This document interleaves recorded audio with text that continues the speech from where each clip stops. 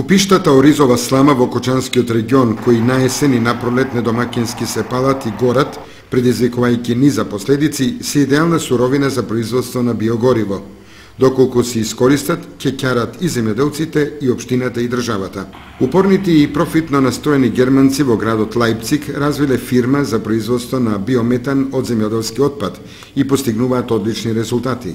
Стручњаците од компанијата Вербио создале технологија со која низ оригинален процес произведуваат гориво од слама и животински измет, како што се биодизел, биоетанол и биометанол со исклучителен квалитет како на нафтата и природниот газ. Во Кочанската котлина, овчеполието и пелагонија, како и низ целата држава, слама има во големи количини, а со развојот на земјоделството може да ги има во уште поголеми.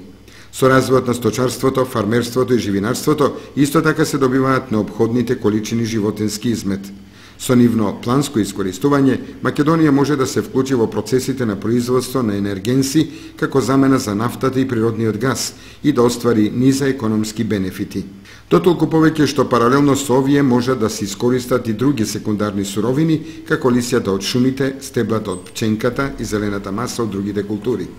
Стручњаците во Вербио пресметале дека исплатливоста на производството на биогоривата се постигнува доколку суровините се во круг од 50 километри, што во целост одговара на наши прилики. Инаку производството на биометан од слама се смета за своевидна технолошка револуција. Со една таква фабрика може да се произведе енергија со која 5000 семени куќи може да бидат обслужени со топлинска енергија цела година. Или од 1 милион тони слама може да се произведе биометан со енергија од околу 2 милиарди киловат часови, што значи да се добие гориво за 300.000 возила за една година.